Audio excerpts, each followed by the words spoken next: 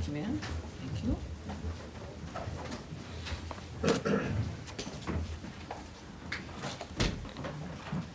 Hi, everyone. Hi. Welcome back.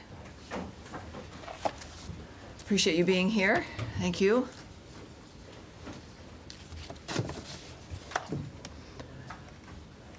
Everyone's set? We're good? Great. Welcome aboard, everyone. Thank you again for being here.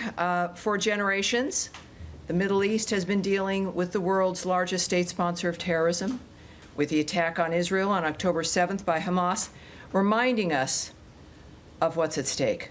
Due to the wisdom of the American people, President Trump's election to a second term has offered the world a chance to see an American leader committed to solving many of the world's existential threats with determination. Now, as the conflict between Israel and Iran continues, President Trump has also been clear that Iran cannot have a nuclear weapon. Secretary of State Marco Rubio has also stated that fact, as he has traveled the world working to implement President Trump's vision of peace and security. That statement has also been uttered from this podium many times. The fact that Iran cannot have a nuclear weapon is clear.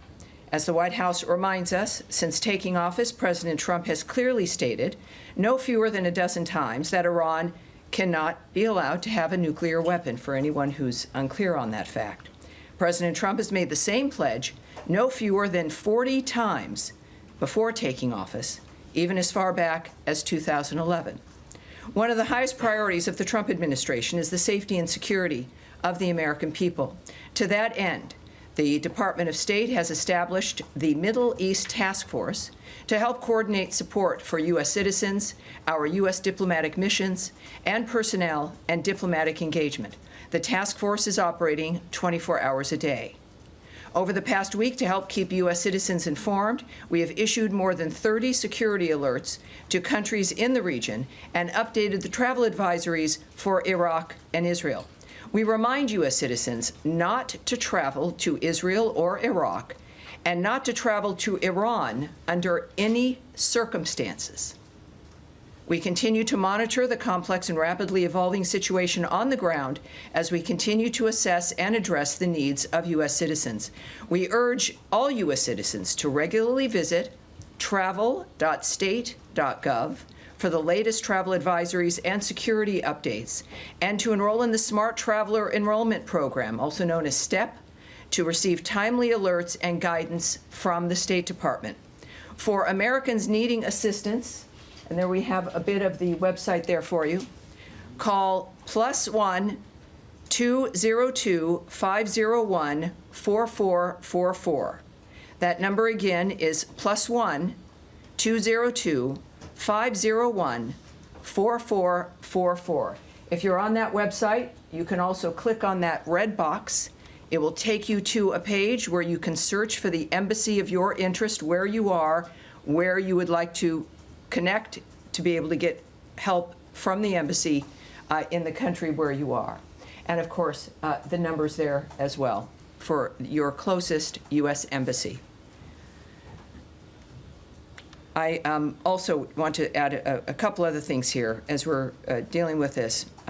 It is certainly a rapidly evolving dynamic, but to conclude the topper here today, I want to recognize the State Department and other U.S. government teams around the world working under threat on behalf of the American people, particularly those in Israel and Ukraine, who spent another night sheltering in bunkers as they came under attack. Our priority is the safety of Americans overseas and here at home. It is the priority of Secretary Marco Rubio. It is the priority of everyone who works in this building, and the thousands of American citizens who work anonymously and whom you will never see, who are working in embassies and consulates around the world and working with those local nations to be there for American citizens and to help facilitate American diplomacy. Our priority is the safety of Americans, yes, here at home, but also overseas. We thank all of those working on behalf of the American people, all of you watching from home and from around the world.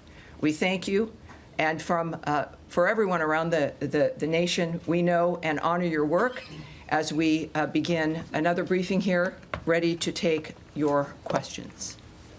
All right. Yes, sir. Yes, hi, Tammy, thanks. Thanks for that. Could you give us some more details on this task force, how it's going to work, and specifically if it's going to help Americans potentially leave the region, be repatriated, or depending on the countries that they're in, and any more details you can give on that? Right. I won't be giving you, just as a reminder of how today is a little bit of a different day for the briefing. There is always things that I can't say to you. And yet we have a long back and forth. Sometimes we have a little bit of a debate. I won't engage in that today. My responses will be perhaps a bit quicker than usual, and I'll be moving around more quickly to reach as many of you as I can. There will be less than I can answer for you because of the circumstances that we're dealing with around the world. So it is, just want you to know, it's not personal. But we're working on certain things, like the task force as an example. The task force is a group of people who are working, taking the calls of people, of American citizens around the world, making sure that they get connected with what they may need in that region. I won't go into the details of all that the task forces do, of course, but it's about information, making sure people here at the State Department and people that we get the information we need, but also people around the world, American citizens, get directed to the information that they may need as well. So I'll leave it at that, but this is something that the State Department does when there's a situation that requires it, and this is one of those times. Tammy, I'm sorry. Could I just ask Sure, about the Matt. phone Sure, number? of course. That phone number that you get, if you call that number, which I can do right now, who do you get? You get an individual who is task force, or no, you don't get the task force. Oh. That phone number is a general phone number. The task force is busy, but it is a separate unit that is established to take the calls to assist American citizens who call to the embassies. Particularly, you're going to be referred to embassies who can help you get what it is you need. So good question. Thank you, sir. All right. Yes, Andrea. Just a quick question. There's some specific consular needs. One in particular that I'm aware of, and there may be more than one, is an American citizen in Iran, where there is no embassy, no consulate. Mm-hmm. Would that be the Swiss protectorate? Would there be other options? Is consular affairs give any advice as to what to do about Americans right now stuck in? I can't speak to any advice or information regarding individuals in Iran at this point. And what about American Israelis or Israeli Americans either wanting to come out or wanting to get back home? El Al, I believe, has resumed flights in some small measure for people who, some people have kids in Israel and they were visiting the States. Mm-hmm. And they're American citizens. Is there anything that they can do? Where should they call this number?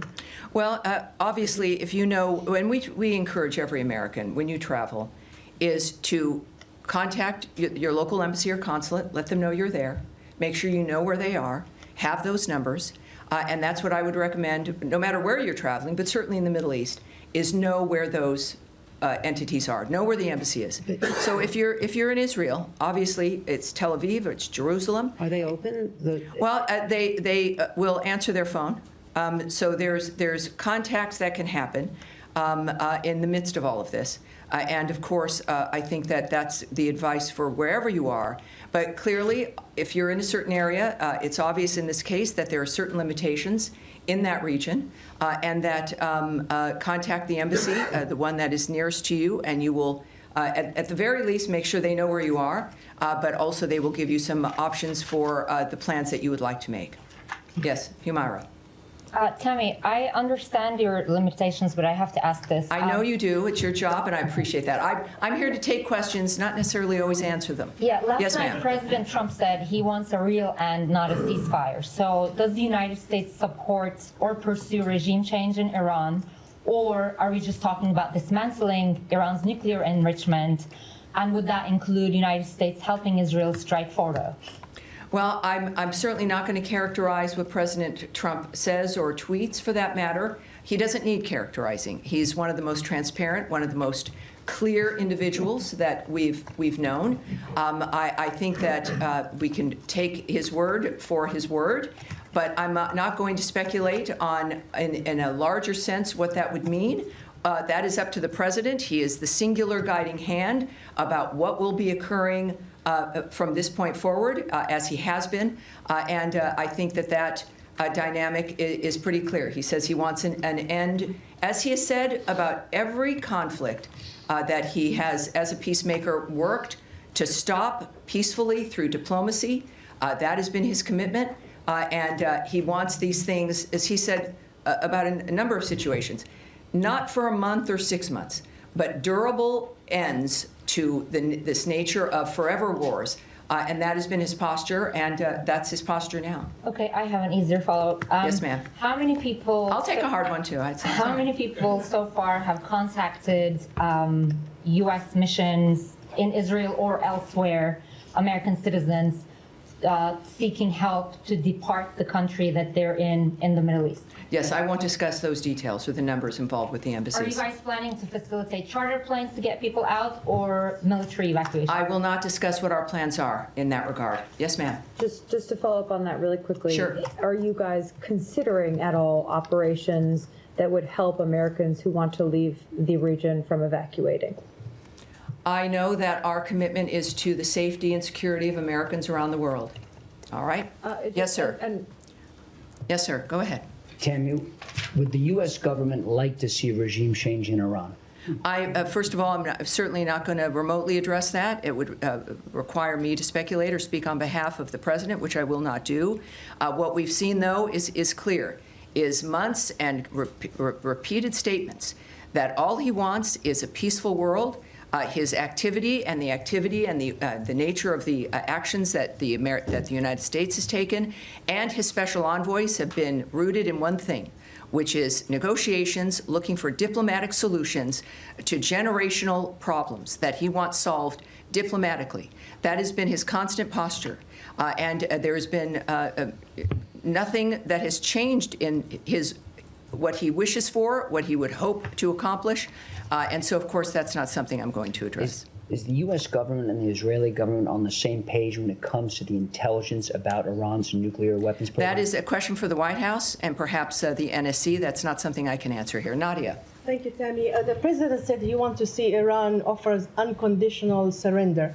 I'm not going to ask you to comment on the president's statement, but I'm going to ask you if the secretary is involved in any kind of diplomatic missions with his allies, with the Germans, with the French, trying to offer something to the Iranians as a way out. Well, I, again, would not speak on the details of any diplomatic conversations, if they occurred, between whom, what those details would be. We know, of course, the Secretary and the President were at the G7. Their constant work from the moment they came to office has been and certainly Secretary Rubio, was to open up conversations and to lead the world through diplomacy to make a difference. But that's the only thing that would guide me when it comes to the nature of the decisions they're making at this point. Yes, ma'am. Without getting into the details of the conversations, is the door to diplomacy with Iran on its nuclear program still open from the U.S. perspective? That would be a decision made by President Trump. Have you heard from the Iranians signaling interest in continuing discussions? That is not something that I can speak to.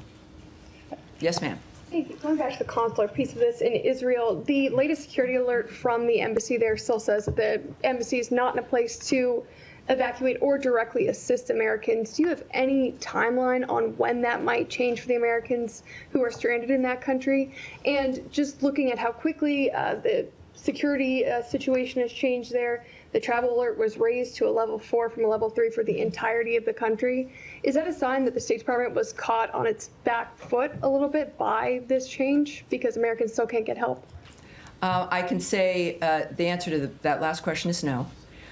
We are working 24/7 to ensure the safety and the security of Americans around the world. I can say that the Department of State is always planning for contingencies to assist private U.S. citizens' departure from crisis areas, and we will alert the U.S. citizenry community if there is and when there is additional information to share regarding their options during any crisis, but certainly this one as well. When it comes to how quickly people can expect a dynamic, the American government, the State Department, our militaries, you've seen all of these assets, all of these departments involved in this dynamic in one fashion or another, are working exclusively for the safety of this nation and the safety of the American people, wherever they may be. Yes, sir. Thank you, Tammy. At the top, you said that you're advising U.S. citizens not to travel to Israel or Iraq or Iran under any circumstances. Do you have any more general guidance for Americans in the Middle East, more broadly as a region? Are there other countries that you're advocating people depart from? Well, at our website, we have our travel alerts. We also have moved them on our State Department Twitter, our social media accounts. Those are for the public to see. Would there be, what is the specific one for people to look to if they want to look for specific country travel alerts? Is it travel.state.gov? So travel.state.gov, and you will see every travel alert there for you, depending on if you're going to be traveling. It is not just for the Middle East, or if you're in a country right now, you can get your information there. Yes, sir. Thank you. Two questions. In your topper, you also recognize American diplomats serving in Ukraine and Israel who spent another night in a bunker. Yes. But one of American citizens happened to be killed by the Russians last night in Ukraine. Do you have any comment on will the U.S. government act to protect American citizens in Ukraine? Yes, we are aware of last night's attack on Kyiv, which resulted in numerous casualties, including the tragic death of a U.S. citizen. We condemn those strikes and extend our deepest condolences to the victims and to the families of all those affected. The President, in the recent past, has made his thoughts clear about striking the civilian areas in that regard. And just to reiterate again, which is at the thread throughout all of the work that we do, is the Department has no higher priority than the safety and security of U.S. citizens abroad, and we can confirm the death of a U.S. citizen in Ukraine, and we stand ready to provide all possible consular assistance. And out of respect to the family during this obviously horrible time, we have no further details to offer in that regard. And second topic, in light of Israel-Iran tension, some of our colleagues from VOA Persian services were called back reportedly. How much do the events of past few days signify the role of VOA and other outlets to counter these narratives from U.S. enemies? Yes, I'm not going to go into the details of what we're doing when it comes to communications into that region or into specific countries. Yes, sir. Thank you, Tammy. Two Iran-related topics. Number one, the administration kind of kept this conflict between Israel and Iran at arm's length over the first few days. And now, since last night and especially into today, we're hearing the president say, we more. We have control over the skies. We know where the supreme leader is. He's kind of taking more ownership of the situation directly. Is that feeling trickling down to this building as well? Is there more of an ownership of the situation in the State Department as well? Well, I again, can't characterize the feelings of the President of the United States. We know that he is our lead. We know that he is the guiding hand. We know that he is one of a few who know all the details, and he is clearly has a mission and an agenda that has involved diplomacy and changing the world for the better for people. In the meantime, of course, things change. Our experiences change. He's making comments that are a reflection of what what matters to him, and of course, what matters to the President matters to the State Department and every other department. I think that it is fair to say that his leadership and his re-election to the second term was because people here in the United States were tired of the status quo. And what the world has seen is a peacemaker and someone who can make a difference, and that's what they're looking forward to. Final question. Can I get in one more? One more. There's no special envoy for Iran. Several key locations in the Middle East don't have a confirmed ambassador. We speak often about the day after situation in Gaza. What about the day after situation in Iran? Is the State Department ready for it? Well, the State Department and the Trump administration, while you may not see things immediately, just because it's not maybe in the news or you're not present for things that occur, doesn't mean they're not occurring. I would remind everyone that the State Department, as I've found out, is sort of like the military. It's 24/7. It is not something that is a basic 8 to 5 dynamic. And it's because people are working around the world constantly. It is literally their mission. Personally, their work is what they do and are committed to. So while you may see a certain thing in a static framework, it doesn't mean that we have not worked on that or are not working on that or that things will begin to happen. So it's just a reminder that it's not about the day after.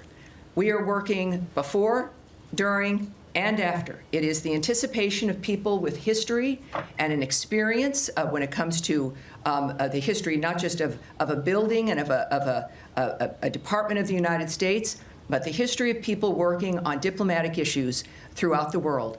And they work for this department. They are committed to those issues, and that is what makes the State Department so effective, in addition to the leadership that is afforded by Marco Rubio, as guided by Donald Trump. Yes, sir, you've been waiting.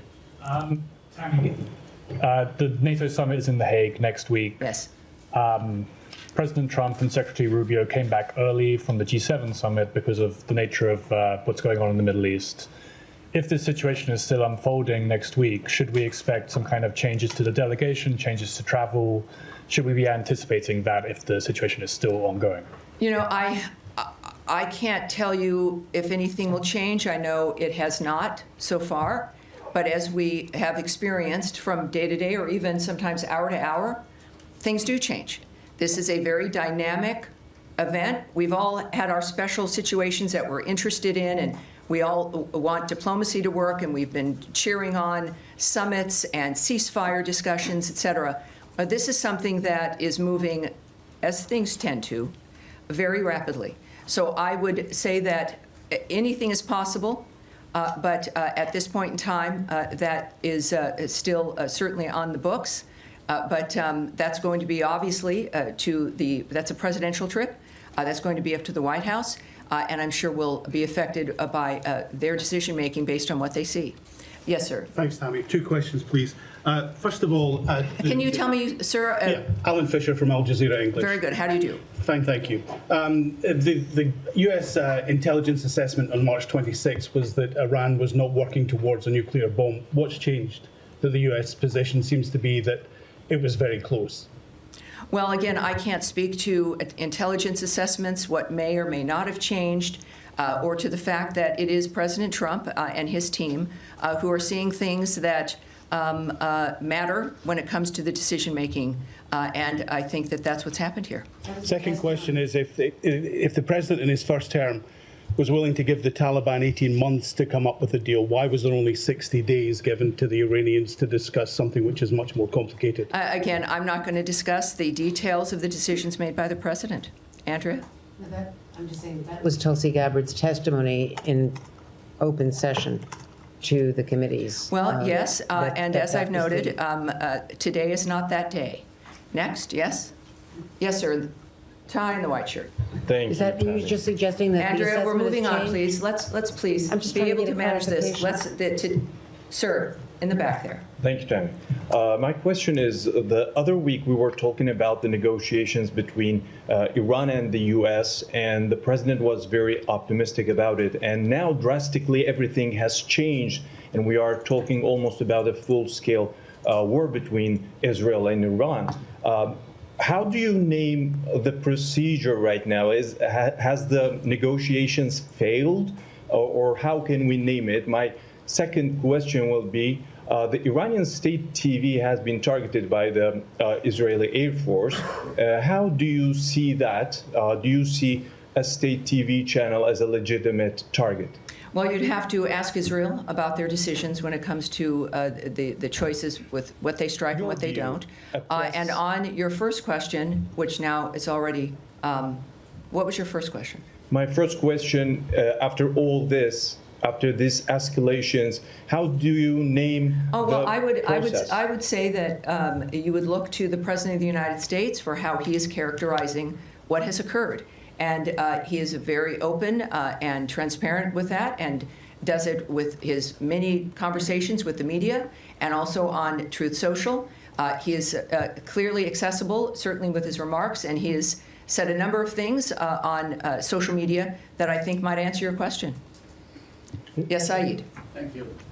Very quick question on Gaza. Can I do that? Of course. Well, yeah, are we continuing Well, I still also with have- I also have I will come to you on Gaza, Saeed, I promise, but let's continue with the topic at hand. So yes, sir, in the back. Thank you so much, Tammy. Two questions. One question on Iraq related to Iran. Iranian-backed group Kataib Hezbollah threatens the U.S.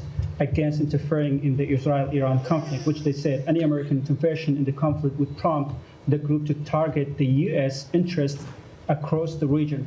Have you reached to the Iraqi government, and what's your message to these groups? And the second question, what's the State Department's assessment of diplomacy? Have you put diplomacy on a side, or you still believe that diplomacy can work with Iran? Well, again, I'm not going to comment on the nature of how the White House or the President or the DOD will respond to certain remarks or demands made by someone. So you'll have to ask the DOD regarding their reaction in that regard. I would also, though, I know that the President's Truth Social, he's made it very clear, even I think today, and I think I've got that right here. This is, again, one of the things we've learned about President Trump is that when he tweets, when he speaks, the world watches, and it's the most clear framework that we can learn of his approach. He has, I don't know if I can get to the exact one, but he has made it very clear that, oh yes, here we go.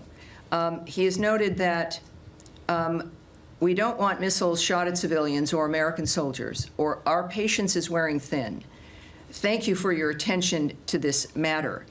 He is making it clear, I think, here regarding certain choices on the ground that are being made, and that what we've asked for regularly is, and what he has made clear is that we were not a part of the initiation of this, certainly.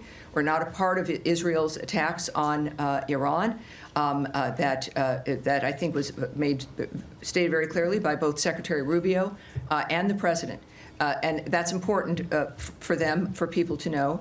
And in this case, of course, the President has made it clear that if Americans are hurt, or in this case, a missile shot at civilians or American soldiers, that there would be a repercussion. I think that would not be surprising. All right, we'll go back. Well, more on Iran. We'll close with you, sir. Thank you so much. Could you tell us about the role of partner countries in mediation efforts with Iran, like Mohammed bin Salman of Saudi Arabia, Qatar, and UAE? President Trump recently concluded successful trip to the Middle East. So what can you tell us about the role of these partner countries? Well, it's clearly he went with a goal in mind. He makes deals. He's the best deal maker in the world. These partners in the Middle East that we have, they understand clearly our intentions and what our goals are. Thankfully, again, to the approach and the style of President Trump. So it's, I think that when it comes to, again, the best person who could explain his feelings and thoughts about what's accomplished on any issue is the President himself. So I'd refer you back to what he writes and what he is posting on, I think, a very regular basis, which is helpful to people like me, and I think to the world at large as well. Despite Israel's concerns, can I one more? Despite Israel concerns, President Trump is still trying to negotiate with Iran for a nuclear deal, showing that his priority is peace in the region. President Trump has once again recently offered to mediate on Kashmir, but the Modi government says that they don't need Trump's help. Does President Trump need Modi permission to bring peace in South Asia by resolving the Kashmir issue? Well, yes, you know, this is every country, as President Trump has stated, is a right to define its own future. He offers his help, and it's up to whoever he's offering it to whether or not they'll accept it. We live in a fascinating, exciting time where we've got a man who can make the difference, and he's generous about making that difference. He could have chosen to have this term be about anything other than peace and making America great again. But he's stuck with that. He's committed to that. It is part of his overall commitment to the country.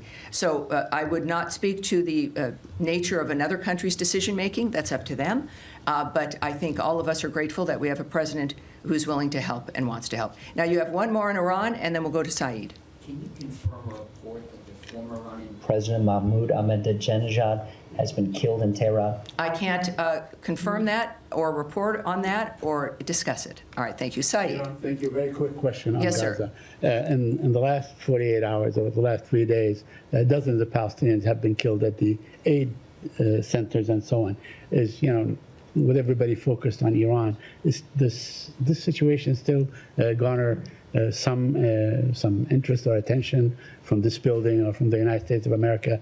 And are you urging the Israelis to hold off whatever the amount of firepower they're firing at these aid seekers? Well, we of course are always saddened to hear reports about any mass casualty situation or shootings. I don't know who isn't, no matter what the dynamic. The IDF has said a particular incident is under review, and that is helpful, and we'll see what their review comes up with. In the meantime, I think it is important also when it comes to the nature of the efforts to get aid and food to the Gazans. We now know, can report that the Gaza Humanitarian Foundation now is working at 4 distribution sites and has distributed nearly 26 million meals to date. So it is, again, a conversation about whether or not the State Department cares. Every day there's a demonstration. And when we think about the State Department, it's people. It's people who've committed their lives to a diplomatic life, to a life of foreign service, to a political life, to try to make the difference for the world. So we see that manifesting here. And as we also know with today's events and today's conversations, there's a reason why we need people like President Trump and the American commitment to peace abroad. All right? Yes, go ahead. Yeah, it's been reported over the weekend that the President yes. Would expand the travel ban to 36 other countries. A lot of them, from what I understand, are in Africa. There's already 19 countries that are affected by the travel ban to a different extent. Can you share any details, elements you have on this plan? I'm going to speak a little bit about it, not into the detail of what, about the decision-making or the process in that regard, but we are, of course, committed to protecting our nation's citizens by upholding the highest standards of national security and public safety through our visa process in particular, as laid out in President Trump's Executive Order 14161, protecting the United States from foreign terrorists and other national security and public safety threats. The visa adjudication process has got to ensure that U.S.-bound foreign travelers do not pose a threat to the national security and public safety of the United States. That is, I think, a very low bar, and is a bar that every nation should be able to adopt. To protect the national security and national interests of the United States and its people, the Department of State and other U.S. government agencies assess other countries' security capabilities, information sharing, and identity management practices, exploitation of the U.S. visa system, such as overstay rates, and failure to facilitate the repatriation of their removable nationals. So, noting where a country, perhaps as you did, is located, the geo position, the actual location of a country, is not a factor, or what continent that country is on. These are about very specific aspects about whether or not the United States feels it can trust the information we rely on those countries for to determine whether or not they'll get a visa. We don't, we rely on the vetting and the presentation of information from other nations in order to say, yes, you can, or you can't come. In this particular instance, I think that it's clear as we're looking at providing a period of time, countries being told if they don't get to that point where we can trust them, and they've got to change the system, update it, do whatever they need to do to convince us that we can trust the process and the information they have. So that is the goal of this. The Secretary will have the discretion to determine whether or not someone is on that list, as we then also continuously vet the nature of what's happening within these conversations. And the goal is so that we can all move forward, so that people can come to the country. And that's our goal. All right. Yes, sir. Yeah, but I don't know why you're so far in the back, Michelle, but I'm sorry. With NPR, yes. Yes. Just following up on that, there was a deadline given for these 36 countries tomorrow to come up with their action plan. I wonder if you've heard back from any of them yet? That's incorrect. I can just tell you that that's not correct. The fact is that they will have a considerable amount of time to rectify whatever the situation is that the State Department is determined is affecting the nature of our trust in how we issue a visa. All right? Yes, and we'll take, yes, sir, with the beard there, yes. Thank you. Has the United States... Can you tell me your name, sir, and your outlet? Mustafa Abdo, Shafaq News. Okay, welcome aboard. Thank you. Has the United States received any official request from Baghdad to help prevent Israeli overflights in Iraqi airspace? And what is Washington's response to such a request? Again, you would need to speak to the Department of Defense and the White House regarding that. I won't speak to the details of conversations, certainly about anything of that matter involving any country. And I think that will be it for today. As we return, thank you all for your patience, and I expect to see you again later in the week. Thank you very much, everyone. Thank you. Thank you. Appreciate it.